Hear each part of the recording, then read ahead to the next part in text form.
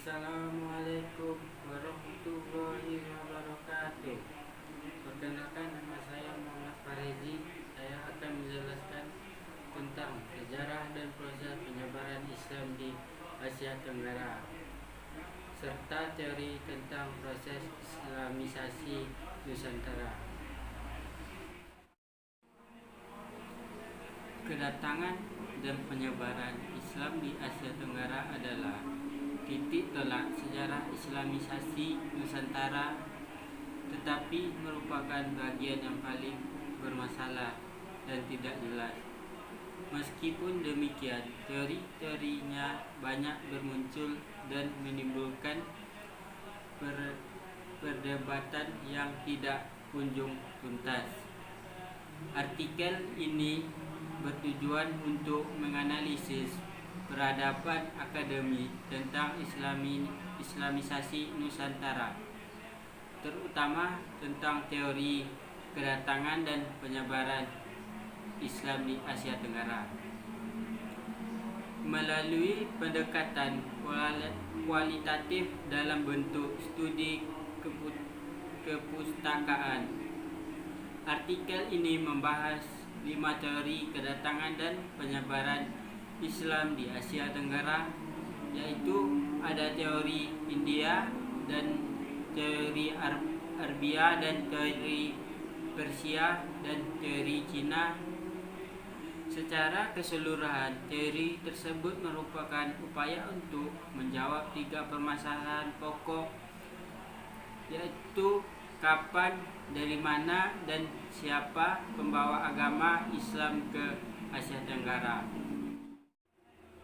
Argumen ini digunakan untuk menerapkan posisi Islam Asia Tenggara atau Islam Nusantara sebagai ranah kebudayaan Islam di sigitatif dan sejarah di dunia muslim.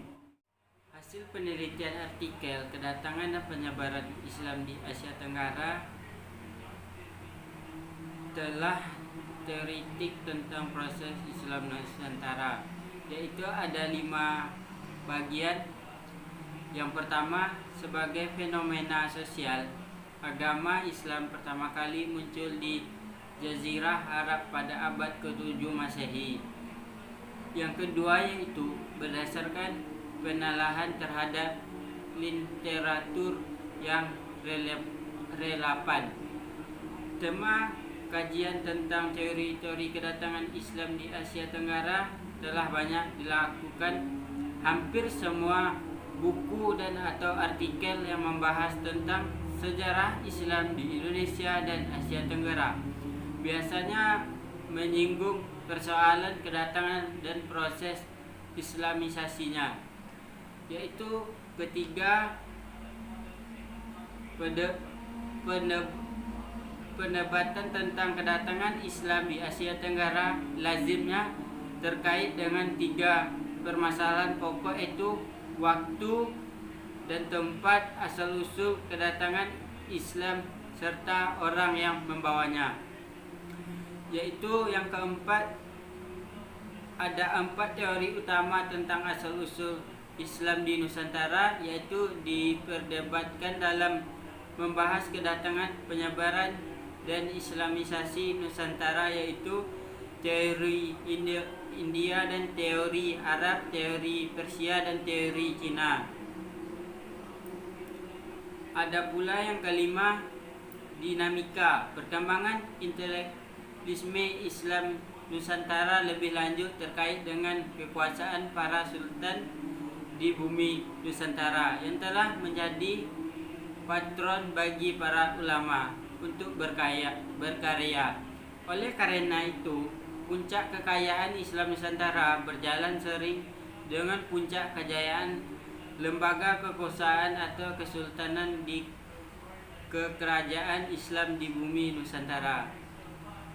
Pemetaan kemunculan intelektualisme Islam Nusantara, Islam adalah berbeda pada abad 7 terjadi di Aceh, abad ke-18 terjadi di Palembang, dan abad ke-19 terjadi di Jawa.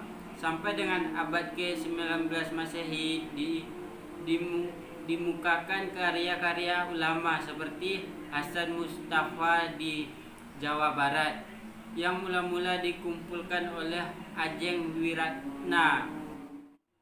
Cuma itu yang dapat saya sampaikan, lebih dan kurang mohon maaf.